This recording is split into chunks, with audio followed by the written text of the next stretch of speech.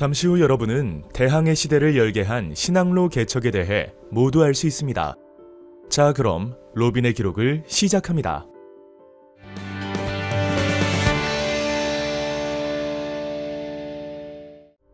유럽인들에게 이슬람 세계에 넘어 있는 아시아는 동경의 대상이자 부유한 땅이었습니다. 또한 동방에 프레스터 존이 세운 크리스트교 왕국이 있다는 전설이나 13세기 후반 마르코 폴로가 아시아를 여행하고 남긴 동방 견문록 등은 아시아에 대한 호기심을 자극하였습니다. 아시아에서 생산되어 이슬람 세계를 통해 유럽에 수입된 향신료와 비단과 같은 동방산 물품들, 그리고 금, 은과 같은 귀금속에 대한 관심 역시 신항로 개척의 중요한 요인으로 작용하였고, 아시아에 있는 크리스토교 세력과 동맹을 맺고 더 나아가 아시아에 크리스토교 복음을 전파하고자 하는 종교적 이유 역시 중요한 동기가 되었습니다. 하지만 13세기 이전의 유럽은 이슬람과 이탈리아 상인들이 향신료와 비단 무역을 독점하였기 때문에 아시아로 가는 해로를 개척할 수 없었습니다. 그뿐만 아니라 당시 유럽이 가진 선박으로는 아시아로 가는 원양 항해가 불가능했습니다. 하지만 점차 지리학과 천문학, 그리고 조선술이 발달하면서 원양 항해가 가능해졌고, 특히 나침반의 사용은 유럽 선박들이 새로운 원양 항로를 개척하는데 결정적인 역할을 하였습니다. 에스파냐와 포르투갈은 대서양 연안에 위치하여 지중해 무역에서 불리하였습니다.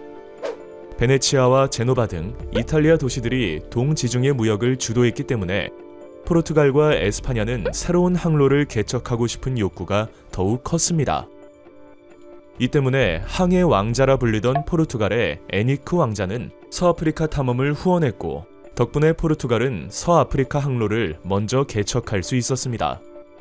또한 그의 지원으로 바르톨로메오 디아스는 1488년 희망봉이라고 명명한 아프리카 남단에 도착할 수 있었습니다. 이후 포르투갈의 바스쿠 다 가마는 1498년 아프리카의 희망봉을 돌아 인도의 캘리컷에 도달하여 인도로 가는 항로를 개척하였습니다. 에스파냐의 이사벨라 여왕의 후원을 받은 콜럼버스는 1492년 인도 항로를 개척하려다가 아메리카 대륙의 서인도 제도에 도착하였습니다. 콜럼버스는 자신이 도착한 땅이 인도라고 생각했기 때문에 그곳에 거주하는 원주민들을 인디언, 즉 인도 사람들이라고 불렀습니다. 이후 신대륙에 도착한 아메리고 베스푸치는 최초의 발견자인 콜럼버스와는 달리 이곳이 인도가 아니라는 것을 알게 되었습니다. 그래서 최초의 인식자인 그의 이름을 본따 이곳을 아메리카라고 부르게 되었습니다. 포르투갈 출신의 마젤란은 16세기에 대서양을 횡단하고 아메리카 대륙과 태평양을 거쳐 필리핀에 도착하였습니다. 마젤란은 이곳에서 원주민에게 살해되었으나 그의 일행은 항해를 계속하여 인도양과 희망봉을 돌아 3년 만에 에스파냐로 돌아왔습니다. 이로써 역사상 최초로 세계 일주에 성공하여 지구가 둥글다는 사실을 증명해냈습니다.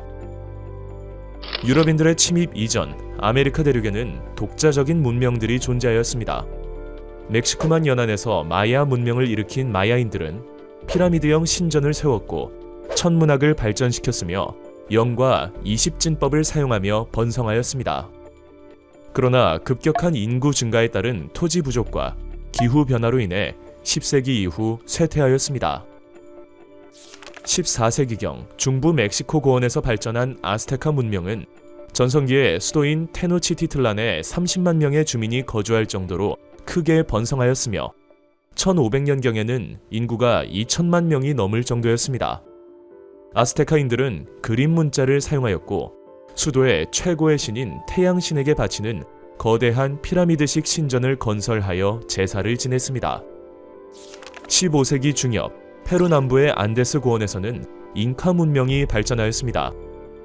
잉카인들은 주로 농업으로 생계를 유지하였고 안데스 산맥의 비탈에 계단식 밭을 만들었으며 관계시설을 이용해 농업을 발전시켰습니다.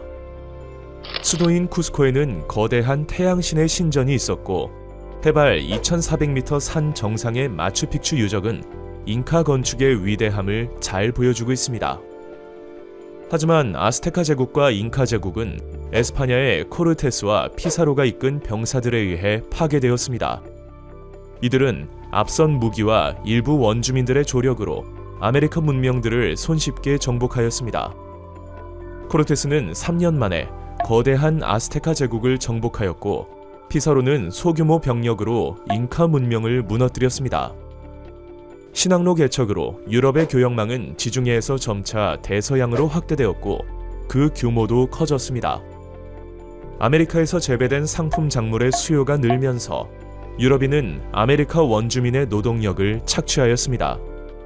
유럽인들은 아메리카 원주민의 노동력을 통해 사탕수수, 담배, 목화, 커피 등의 상업 작물을 생산하였는데, 특히 사탕수수 재배와 설탕 정제는 노동 강도가 세고 많은 노동력이 필요했습니다. 또한 원주민은 유럽에서 들어온 천연두와 홍역, 발진 티푸스 같은 전염병에 무방비로 노출되었습니다.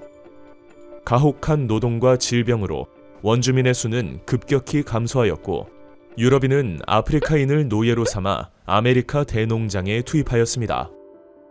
유럽은 총, 직물, 철 등 무기 및 공산품을 아프리카에서 노예로 맞바꾼 후 이 노예를 아메리카에 팔았고, 아메리카는 그 노동력을 이용하여 생산한 설탕, 담배, 목화 등을 유럽에 팔았습니다.